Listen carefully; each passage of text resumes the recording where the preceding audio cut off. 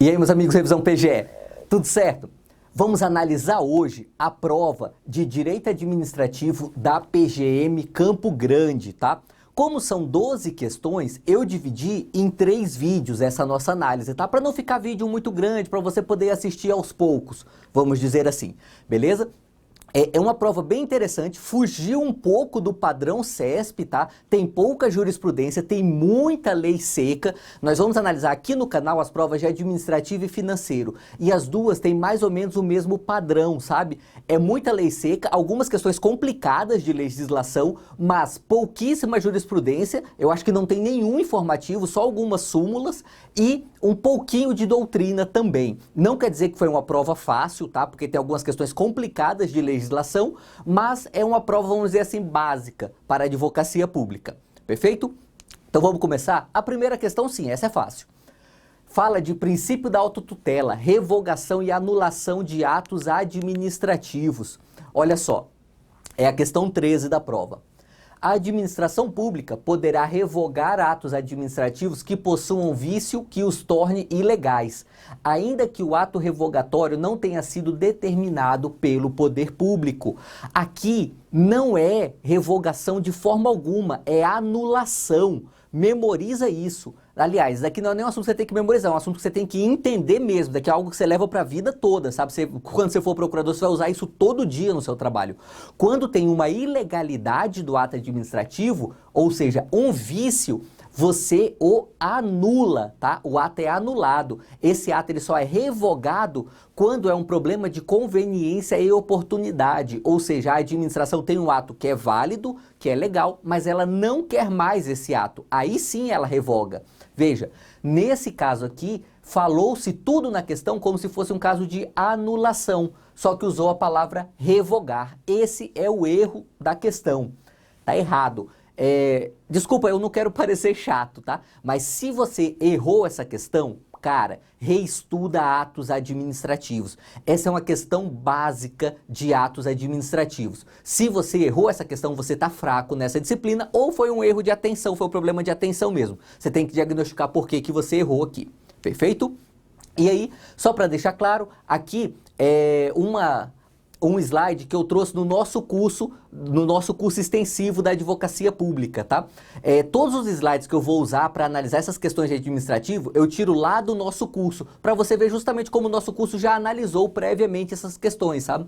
Olha só a diferença entre anulação e revogação. Na anulação, a anulação ela é realizada pela administração pública ou pelo Poder Judiciário, tem um vício de legalidade, veja o que a própria questão falou, os direitos adquiridos são anulados e os efeitos são ex tunc, ou seja, são efeitos retroativos. Então você anula o ato desde sempre, né? Desde que o ato foi proferido.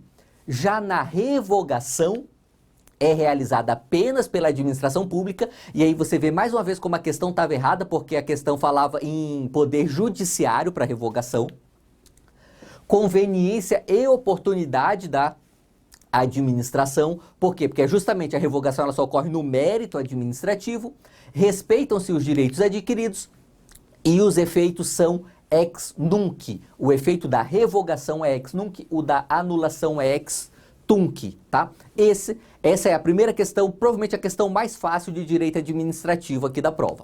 Vamos lá, mais uma. Dessa vez falando de convalidação do ato administrativo. Você deve se lembrar, convalidação é um tema que está muito ligado à anulação do ato. Porque quando um ato é ilegal, ele deve ser anulado. Porém, em algumas hipóteses, poucas hipóteses, diga-se, é possível que um ato nulo seja convalidado, tá? Vamos lá. Um ato anulável, melhor dizendo, né? Para ficar tecnicamente correto, o ato anulável é quem pode ser convalidado. Vamos lá. Questão 14 da prova. Ato administrativo vinculado que tenha vício de competência poderá ser convalidado por meio de ratificação, desde que não seja de competência exclusiva. Tá, olha só. Primeira coisa que o examinador quis fazer aqui é fazer você dar uma confundida aqui com ato vinculado e discricionário, tentar achar que só o ato discricionário é que pode ser convalidado. Não, tá?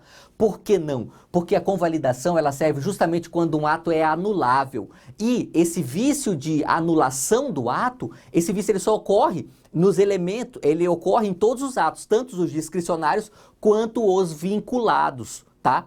A revogação é que só vai ocorrer no ato discricionário. Mas aqui, quando falamos de convalidação, a gente não está falando de um problema de revogação, a gente está falando de um problema de anulação. É porque tem uma ilegalidade no ato, tá? Dos 5 elementos do ato administrativo, só 2 podem ter seus vícios convalidados, que é o elemento competência e o elemento forma. E aqui o examinador colocou muito bem, ó, falou que o vício está na competência, então pode ser convalidado sim. E falou desde que não seja de competência exclusiva. Certíssimo, examinador. Se o ato é de competência exclusiva, ele não pode ser convalidado. Ou seja, se tem uma lei que fala que só o procurador-geral pode fazer determinado ato em caráter exclusivo, e aí vai lá um procurador qualquer, que não seja o procurador-geral, e emite esse ato. Esse ato pode ser posteriormente convalidado pelo procurador-geral? Não pode. Por quê? Porque a lei falou que era competência exclusiva, tá? Não se esquece disso. Competência exclusiva não se convalida. E também, já puxando a perninha de outro assunto aqui, também não é prorrogável a competência exclusiva. Ou seja, ela não pode ser nem avocada e nem delegada, tá? Mas vamos lá. Olha só. A questão está certíssima, perfeito, enunciado. E olha só aqui também do nosso curso. A convalidação ela tem alguns requisitos para você memorizar. Primeiro, tem que ser um defeito sanável e o defeito só é sanável se tiver em um desses 2 elementos, competência ou forma. Quanto à competência, se for competência pela matéria ou competência exclusiva, não pode ser convalidada. Já na forma, se a forma for um elemento essencial à validade do ato, e aí é a lei que vai falar que determinada forma é essencial para a validade do ato, tá? Se a lei não falar é porque não é. A regra é que os atos administrativos no Brasil não tenham forma determinada, só é determinada se a lei assim o falar. Então, se a lei não falar que determinada formalidade é essencial para o ato, esse ato, então, mesmo tendo um vício de forma, ele pode ser convalidado. Também, para que o ato seja convalidado, ele não pode lesar o interesse público, claro, não pode causar prejuízos a terceiros e os efeitos da convalidação são retroativos. Beleza? Essa é a segunda questão da nossa prova. Já uma questão de nível de dificuldade mediano aí. Se você errou essa questão, também recomendo que você estude atos administrativos, tá? Atos administrativos caem em toda a prova e é provavelmente o assunto mais doutrinário dentro do direito administrativo. É doutrina básica, você não tem que pegar nada muito aprofundado, mas você tem que conhecer tudo, um pouquinho de tudo de ato administrativo. Perfeito? Vamos lá. Próximo assunto agora, parcerias público-privadas, assunto já um pouquinho mais casca grossa aqui, que nós inclusive temos um vídeo aqui no canal relativamente recente, de 2019 esse vídeo. Recomendo muito que você assista, se você ainda não viu. Mas vamos lá, olha só. À luz das disposições da Lei 11.079, acerca das normas gerais para licitação e contratação de parceria público-privada no âmbito da administração pública, julgue os itens a seguir. Vamos lá, é a questão 15. É indispensável a realização de licitação para celebração de contratos de parceria público-privada. Tá, olha só, primeira coisa aqui, você tem que ter uma noção aqui lá de licitações e contratos, tá? As hipóteses de dispensa de licitação têm que estar expressamente prevista em lei, tá? O artigo 24 da Lei 8.666 traz um extenso rol de dispensa de licitação.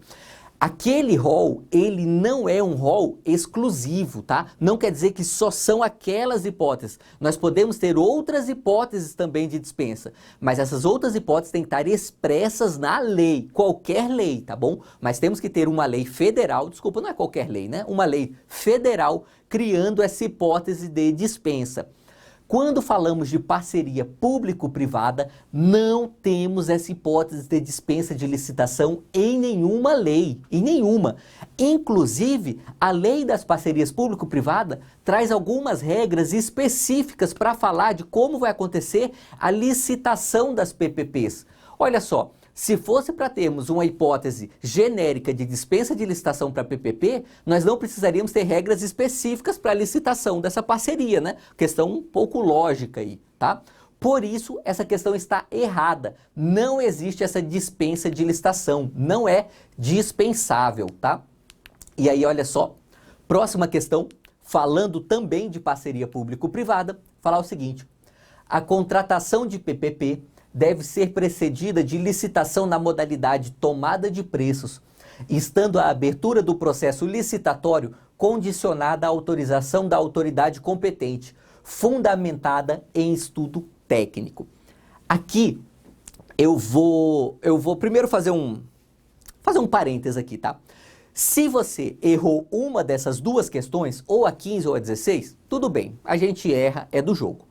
Se você marcou que as duas questões estavam certas, aí você errou muito feio, porque as questões são contraditórias entre si, tá? Se você marcou que a 15 está certa e que a 16 está certa, você simplesmente não está prestando atenção na prova que você está fazendo. Porque olha só, a questão 15 vai falar que é uma hipótese de dispensa. A questão 16 vai falar que obrigatoriamente tem que ter licitação pela modalidade tomada de preços. Uma questão, obviamente, exclui a outra, tá? Então, você tem duas opções aqui. Ou você marca que uma está certa e a outra está errada, ou você marca que as duas estão erradas. Agora, que as duas estão certas, não tem como você fazer isso. É porque você não prestou atenção na prova, tá? Então, olha só. Qual que é o problema aqui? A parceria público-privada é uma modalidade de concessão. Tanto que lá no curso, quando eu falo de parceria público-privada, eu falo dentro da aula de concessões de serviço público, sabe? A PPP é uma concessão especial, uma concessão em regime especial. E aí, olha só, é uma regra geral para as concessões que elas devem ocorrer na modalidade concorrência, tá? E não na modalidade tomada de preços, como fala a questão. Por isso está errada essa alternativa. Olha só, a concessão, ela sempre precisa de licitação, mas ela ocorre na modalidade concorrência. Se for uma licitação para privatização de um serviço público ou para o setor de energia elétrica, aí é possível que tenhamos também um leilão, tá? Então, olha só. Concessões de serviço público, inclusive PPPs, podem ser licitadas por concorrência, essa é a regra, e excepcionalmente por leilão, tá? Jamais por tomada de preço. Só isso já faz aquela questão errada. Mas aí vamos continuar o slide aqui só para a gente revisar esse assunto inteiro para você. Olha só, quem pode ter uma concessão? Uma pessoa jurídica ou um consórcio de pessoas jurídicas. E isso aqui vale para as PPPs e vale também para a concessão de florestas públicas, tá? Lá em direito ambiental. Você aproveita e já acerta uma questão de direito ambiental também, tá? E mais, sempre tem tempo determinado, a natureza é contratual, obviamente, por isso é uma concessão, e não é cabível a revogação do contrato administrativo aqui. Já na permissão do serviço público, ela é sempre precedida de licitação, mas aí em qualquer modalidade, inclusive tomada de preços, tá? Que a questão falou da tomada de preços, mas lá nós estamos falando de uma concessão para PPP, não é permissão. Por isso jamais poderemos ter uma tomada de preço naquela hipótese. Pessoa física ou jurídica, veja bem, consórcio de pessoa jurídica não faz permissão de serviço público, só faz concessão. Já a pessoa física nunca fará uma concessão, sempre fará permissão de serviço público. O título é precário, a doutrina bate bastante nessa natureza de título precário, mas é o que está escrito na lei, você leva contigo para a prova. A natureza é contratual e é um contrato de adesão. A doutrina também bate bastante aqui, porque todo contrato administrativo já é um contrato de adesão. Mas a lei quis falar que esse contrato de permissão de serviço público é um contrato de adesão. Então você leva para a prova porque está escrito na lei. E a lei prevê a revogabilidade unilateral do contrato, diferente da concessão em que não é cabível a revogação do contrato. Perfeito? Aqui nós terminamos a primeira parte dessa análise da prova de Direito Administrativo da PGM Campo Grande. Se gostou do vídeo, deixa aquele like e vamos juntos!